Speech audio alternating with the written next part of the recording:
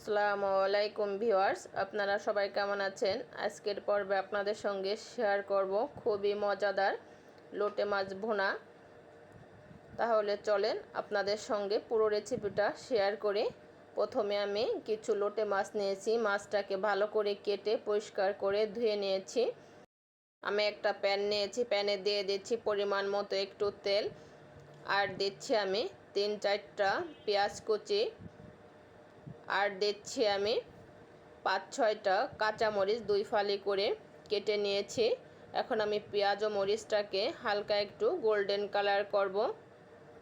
পেঁয়াজটাকে আমি ভেজে নিয়েছি। দিচ্ছি আমি 1/2 টেবিল চামচ জিরা বাটা, 1/2 টেবিল চামচ আদা বাটা, 1/2 টেবিল চামচ রসুন বাটা। আমি আবারও দিচ্ছি 1/2 টেবিল চামচ আদা বাটা। আদা বাটাটা একটু বেশি দিলে মাছের যে স্মেলটা থাকে সেই স্মেলটা থাকবে না, চলে যাবে।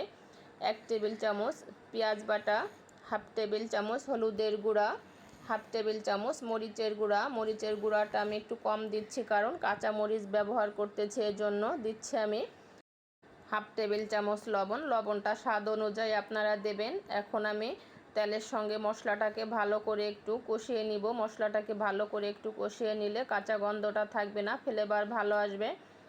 মশলার ভিতরে আমি সামান্য পরিমাণে একটু পানি দিয়ে মশলাটাকে আমি ভালো করে একটু কষিয়ে নিব। ভালো করে কষিয়ে নিলে দেখা যাচ্ছে যে মশলার যে কাঁচা গন্ধটা থাকবে সে গন্ধটা চলে যাবে, খেতে একটু ভালো লাগবে, ঘ্রাণ ঘ্রাণ ভাব আসবে। এখন আমি মশলার ভিতরে মাছ ছেড়ে দিব।